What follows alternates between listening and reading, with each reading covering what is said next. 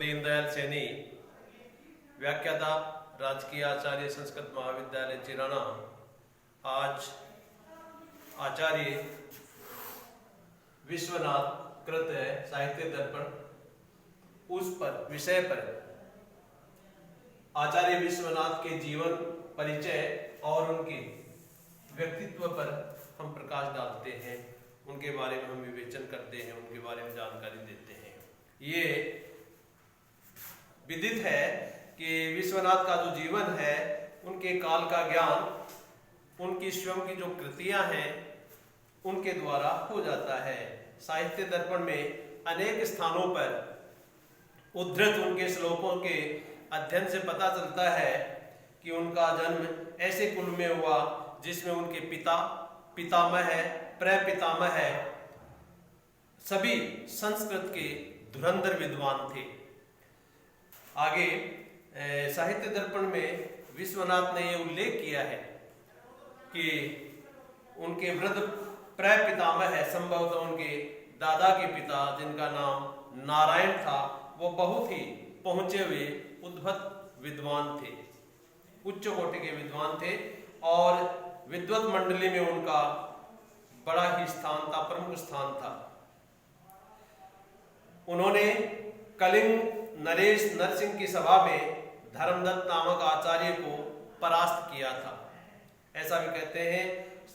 और साहित्य दर्पण का जो तीसरा परिच्छेद है उसमें तीसरी जो कारिका है उसकी वृत्ति से ये पता चलता है, उसे स्पष्ट होता है, पुष्टि होती है कि नारायण साहित्य शास्त्र के भी उद्भट विद्वान थे। वे रसों में वो अद्भुत रस को सर्वाधिक महत्व देते थे, क्योंकि चमत्कार रस का प्राण होता है और यह है विस्मय नामक जो चित्र का चमत्कार अन्य रसों की अपेक्षा अद्भुत रस में सर्वाधिक होता है। आचार्य धर्मदत्त हुए हैं, उन्होंने उनका जो स्वग्रंथ है उसमें उन्होंने लिखा है चमत्कार रस के बारे में कि रसे सारस चमत्कार है सर्वत्र अप्य अनुभूयते तत्चमत्कार सारत्वे सर्वत्र अप्य अद्भुतो रस है तस्मात् अद्भुत मेवाह कृति नारायणो रसम। तो इस प्रकार मम्मट के काव्य प्रकाश पर दीपिका नामक टीका लिखने वाले चंडीदास हैं, उनके सगोत्र थे। साहित्य दर्पण विश्वनाथ ने कविराज चंडीदास को अपने पितामह का अनुज कहा है। अस्मत् पितामह अनुज कवि पंडित मुख्य श्री चंडीदास पादानाम तुह, इस प्रकार उन्होंने लिखा है।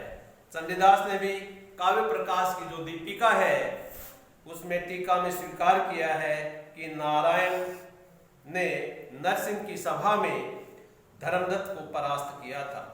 काव्य प्रकाश जो दीपिका है उसके पृष्ठ संख्या 112 पर एक श्लोक में लिखा है कि इत्ते अस्मत् पितामह श्री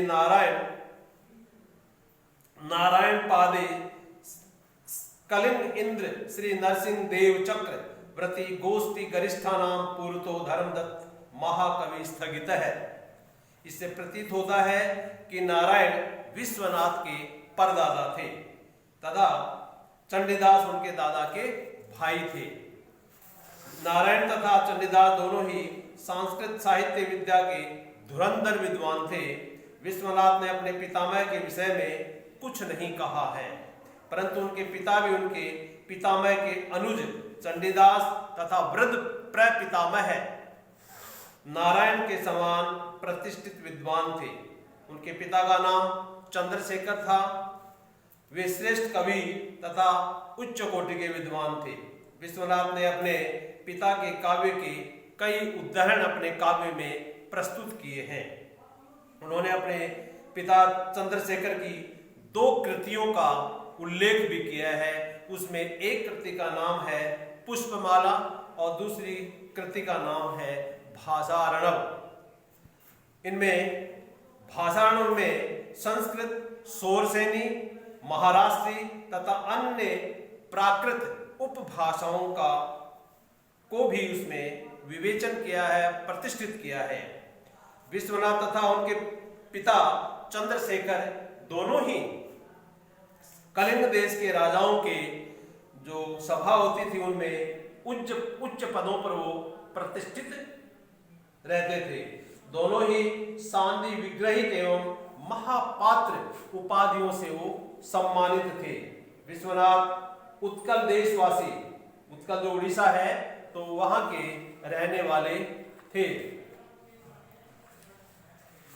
उन्होंने मम्मट के काव्य प्रकाश पर जो लिखी टीका है उसमें कतिपय संस्कृत शब्दों की व्याख्या उड़िया भाषा के शब्दों द्वारा की है।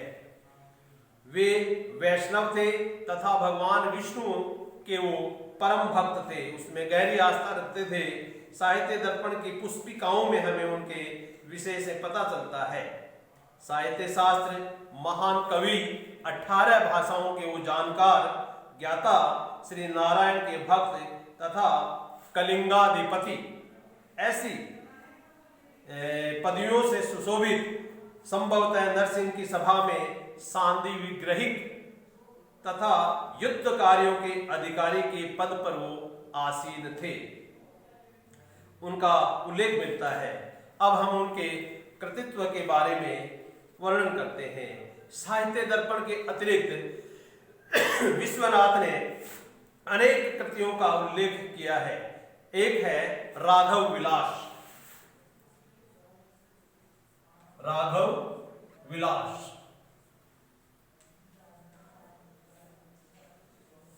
ये राघव विलास है, उसमें ये संस्कृत का महाकाव्य है और विश्वनाथ ने साहित्य दर्पण में इसका उल्लेख भी किया है। दूसरी कृति है उसकी कुवलयास चरित्र।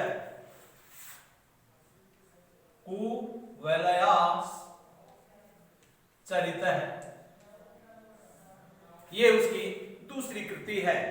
ये भी प्राकृत भाषा का काव्य है, उसका उल्लेख भी साहित्य दर्पण का जो तीसरा परिच्छेद है उसमें किया गया है।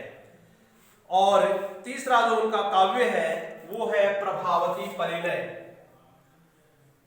प्रभावती परिणय ये इसका विश्वनाथ का तीसरा काव्य है। ये एक नाटिका है और साहित्य दर्पण के तीसरे परिच्छेद में इसका विवरण मिलता है। चौथा जो है वो है चंद्रकला।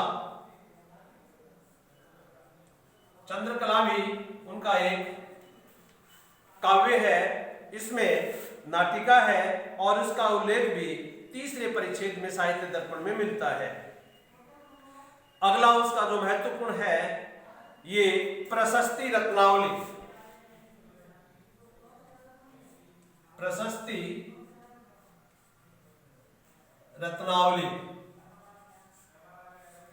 ये भी 16 भाषाओं में उपनिबद्ध है, जो कि काव्य की विद्या करमभक कहलाता है। ये जो प्रशस्ति रत्नावली है करमभक कहलाता है। इसमें संभवतः नरसिंह देव है, विश्वनाथ के आश्रयदाता थे, कलिंग सम्राट नरसिंह, उनकी प्रशस्ति थी, उसका उल्लेख भी साहित्य दर्पण के 7वें परिच्छेद में हमें मिलता है। एक अगला उनका काव्य है नरसिंह विजय।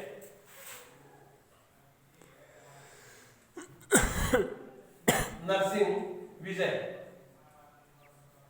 ये भी उनका जो राजा नरसिंह थे उनके बारे में उनके विजय गौरव का इसमें चित्रण है।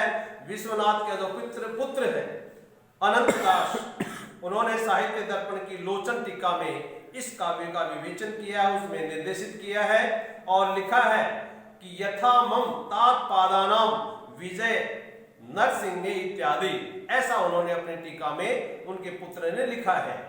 और अगला ग्रंथ है उनका लक्ष्मी स्तव। ये लक्ष्मी के ऊपर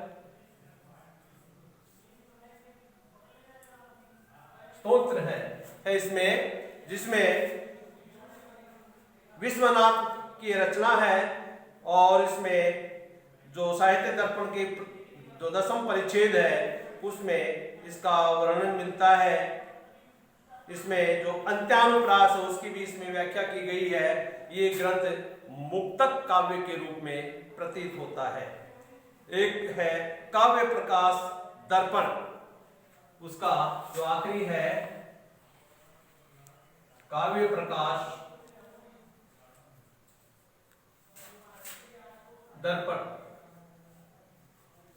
ये उनका जो है 8वां काव्य है और ये मम्मटकृत काव्य प्रकाश की टीका है। इनकी रचना उन्होंने साहित्य दर्पण के बाद में की, ऐसा वर्णन मिलता है। आज विश्वनाथ की जो कृतियां हैं, ये सभी जो 8 हैं, उनके बारे में साहित्य दर्पण तथा काव्य प्रकाश दर्पण ही उपलब्ध है। बाकी की अन्य जो काव्य हैं अनुपलब्ध हैं, शेष अप्राप्य हैं। विश्वनाथ की जो रचनाओं में स्पष्ट है कि वो बहुत ही बहुमुखी प्रतिभा के धनी थे। महाकाव्य, नाटक, मुक्तक, टीका, लेखन, साहित्य शास्त्र आदि सभी क्षेत्रों में उनकी अबाध गति थी और प्राकृत में तो उन्होंने एक काव्य ही लिख डाला, जिसे स्पष्ट होता है कि उनका अनेक भाषाओं पर अधिकार था। कहीं कहीं उल्लेख मिलता है कि वो 15 भाषाओं के जानकार थे। इन सभी ग्रंथों की अपेक्षा जो आदर तथा ख्याति विश्वनाथ को जो मिली है, वह साहित्य दर्पण की रचना से मिली है। वह उन्हें महाकाव्यकार, नाटककार, मुक्तकार, टीकाकार के रूप में प्राप्त नहीं हुई है। उनके साहित्य दर्पण का इतना प्रचार प्रसार है कि उनकी गणना संस्कृत विद्या के अजर अमर ग्रंथों में की जाती है।